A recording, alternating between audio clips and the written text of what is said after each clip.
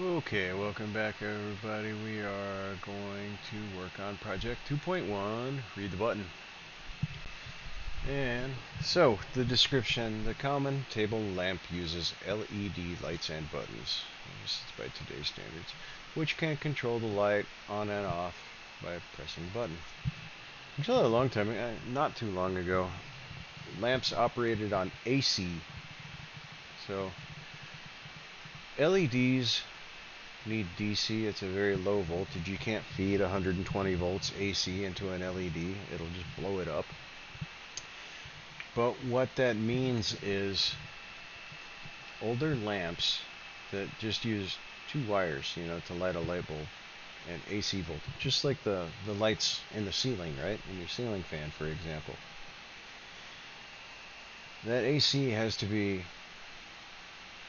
regulated and rectified down into DC before it can be used by an LED. So every one of those little LED light bulbs, for example, that are popular now, those will take AC, but inside that light bulb is circuitry that regulates and rectifies that AC voltage down to a DC voltage so that the LEDs and the lights can stand it, because LEDs will not take 120 volts AC.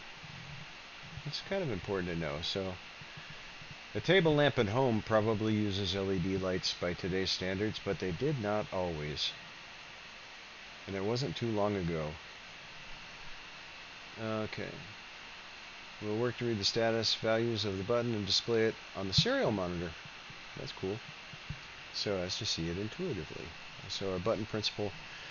The button is a digital sensor, so a button is a sensor which can read only a 1 or a 0. That means it's binary, only 1 or 0. When the module is not pressed, it is in a high level state, and that is 1. And when it is pressed, it is in a low level state, which is 0. Pins of the button are 16 and 27. Button 1, button 2. So here it talks about singular, over here it talks about plural, right?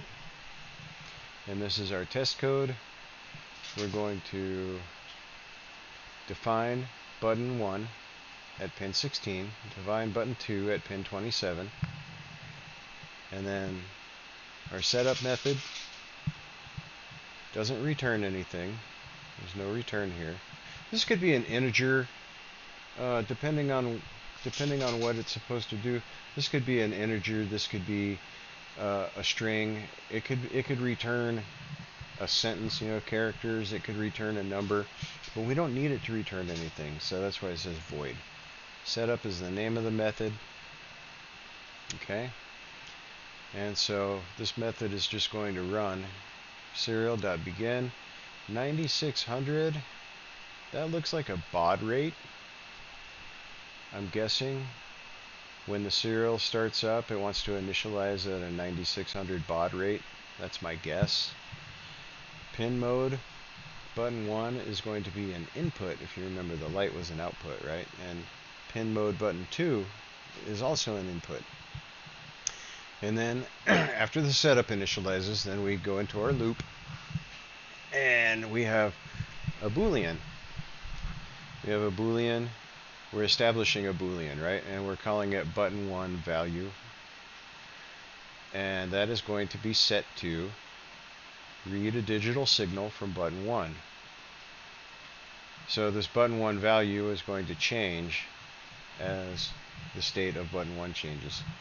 And we establish another Boolean, and we call it, and this is the same thing as up here, it's just a type, right?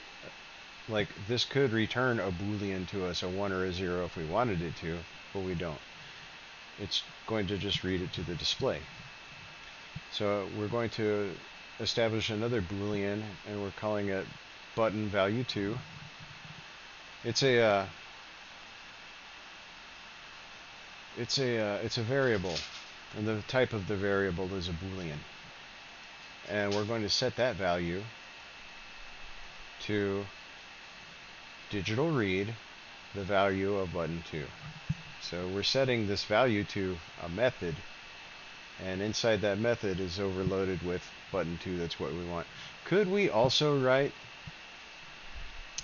Could we also write Boolean button2 value equals button2? Possibly, but this digital read is giving another command to, it's saying to read the value of this as digital, as a 1 or a 0. And why does it do that? Because we're feeding it into a Boolean which can only be a 1 or a 0. Whereas the value of button2 can be the value of button2 itself, right? Up here is btn2. That only represents like the pin mode. So see, we call this, we defined button2 on pin 27. So that's hardware. That's hardware. That's hardware. So we're reading the value of this hardware, and it's digital, so it's got to be a 1 or a 0. So I don't know if there's an analog read. We'll find out later. But if this were an analog read, for example, analog can be outside of 1 and 0. So that might throw an exception. If we were trying to pull in an analog number with a higher value than 0 or 1, and we're trying to feed it into a Boolean. So then serial print is going to send that signal, button1 equals, and then serial print is going to print button1 value, and then serial print is going to print some space, and then it's going to serial print button2 equals serial print button2 value in the delay. And this is going to loop, so I guess every 100 milliseconds, pretty frequently, it's going to update the status of this button. Is really all it's going to change. Now, this serial is probably going to show up in the console because we have not yet connected the display.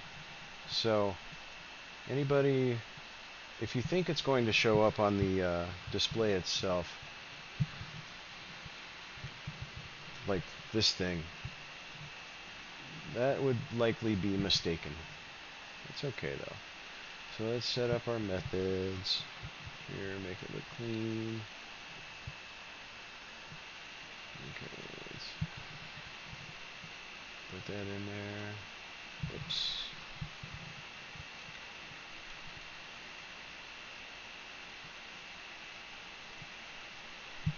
That goes up there.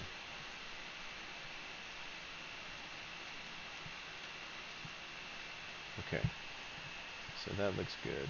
And then I'm going to indent these up here too to make them easier to read. If you're accustomed to coding, you know what I'm doing. If you don't know why I'm doing this, you'll learn as you continue coding. Okay, so now we're going to press upload, and this is our output console, so we should be able to see. Okay.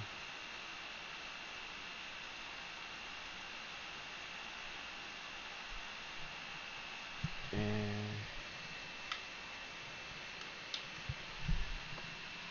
nothing on the display.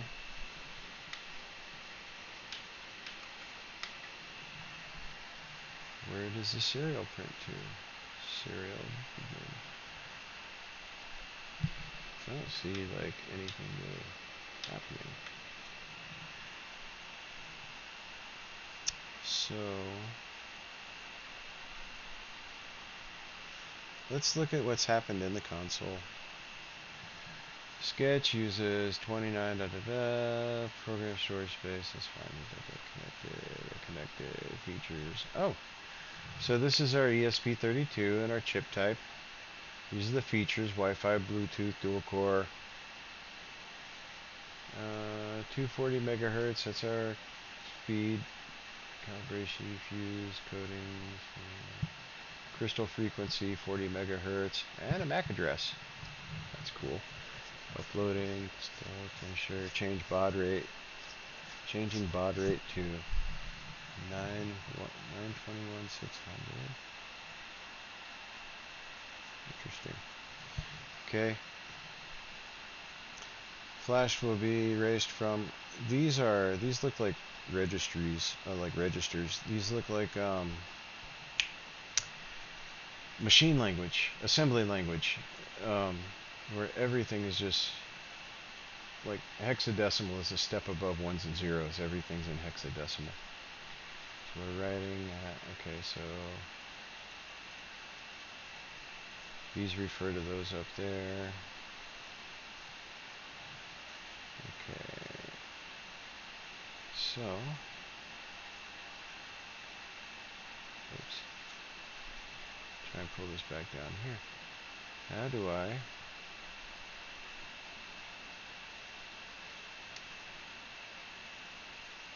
Well, okay, so let's go back to our instructions real quick. And we say test the result. Open the serial monitor. Oh, fiddlesticks. That's over serial monitor. Okay. Right. And there's all of our presses.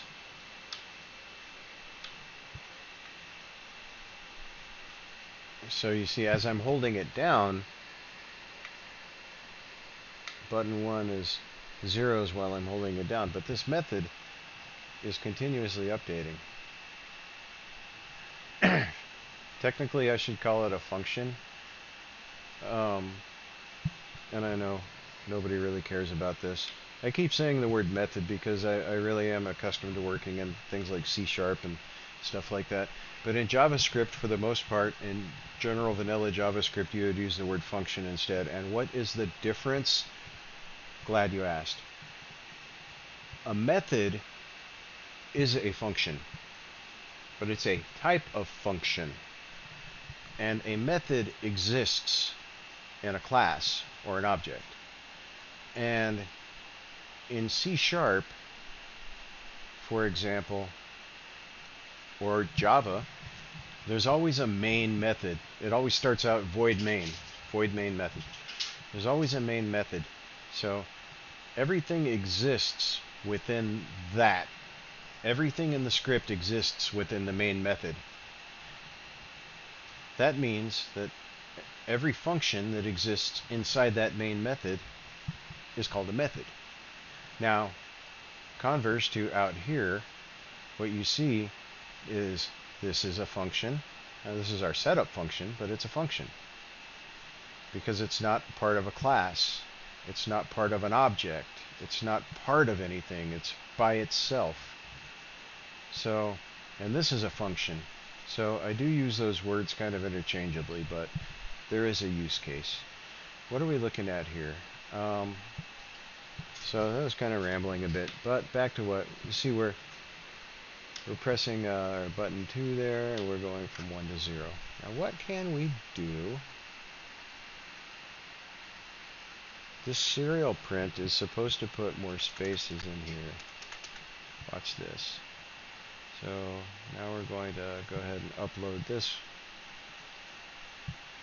And what we're going to see down here in the console after we run,